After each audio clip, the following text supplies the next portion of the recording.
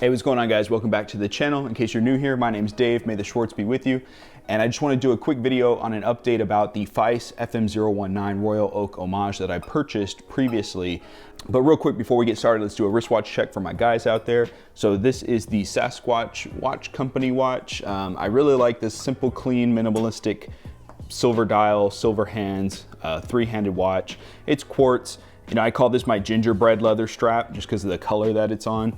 But I think the contrast of it's really nice, and it's just a simple, basic watch. I will do a review on this one. I also have one in black, and I'll show them to you side by side. That's what I'm rocking today. So anyway, as you guys should know by now, I'm always gonna be honest with you and shoot you straight when it comes to doing my reviews or really anything that I talk about. And so I just wanted to mention that about, I don't know when it was, I did my video on the FEICE Royal Oak and just kind of did an update on it. And I had mentioned in that video that the movement had stopped at one point and then it started up on its own again eventually. And so I didn't really know what caused that. And shortly thereafter, the movement did actually die on me to where whether I tried to wind it automatically with the rotor or hand wind it, dead. Would not function any further. Would still go through the date wheel, no problem. I could still adjust the time, but the second hand and the movement itself just weren't working any further.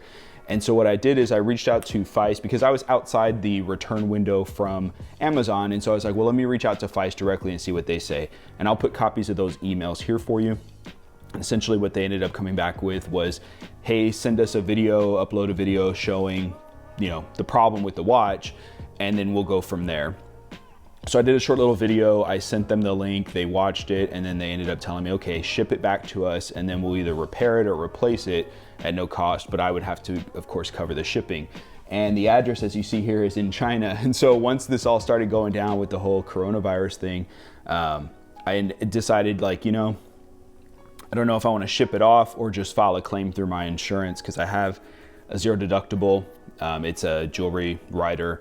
And so there's really no risk to me to just have my insurance company pay out, versus shipping it out to them and then waiting not only for it to arrive, them to take a look at it, are they even operational, and then shipping it back to me, going through customs, possibly getting seized or, having to go through that whole process. I have no idea.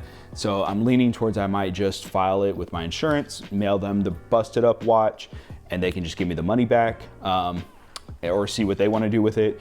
And in the meantime, though, I did end up purchasing a new FEICE Royal Oak from Amazon. Now, in the video where I compared the accuracy of all my automatic movements, that was the second watch, the FEICE Royal Oak that you saw in there. And as you see, the movement was really nice. I've learned my lesson just in case if it was, an issue of putting it on the automatic watch winding box with too many rotations per day.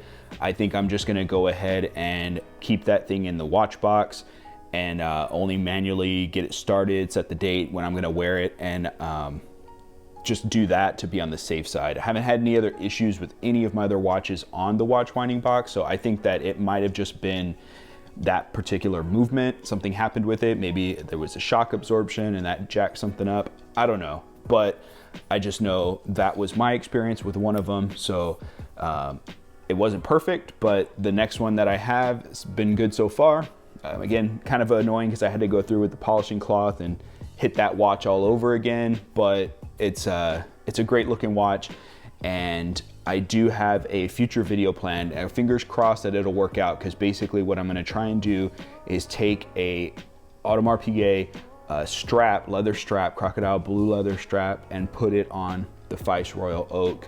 I need to get a conversion kit, hope it's the right size, hope everything is correct. But if I can do that, then that would be awesome, because that would mean that I can do a strap swatches on the FEICE Royal Oak Homage. I know it's mimicked after the offshore, so I'm gonna see what I can find out there. But that's something that I have planned coming up in the future. So let me know in the comments down below if you ordered a FEICE or other watches that you've had similar experiences with, if you had any issues.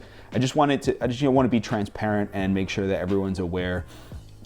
These watches coming out of China, they may have some quality control issues, so it's kind of a gamble. And that's part of the reason why I do buy through Amazon. I feel like if something's gonna break in that first month, I can just send it back and no questions asked, versus buying from another third-party website. You're kind of at the mercy of having to ship that watch back to the company and then wait for them to rectify the situation at your expense usually. And so that's something that I wanted to do a quick video on. So again, if you haven't subscribed, join the Schwartz Force. Make sure you do that below. Thanks for checking out my video. I'll see you guys at the next one. Take care.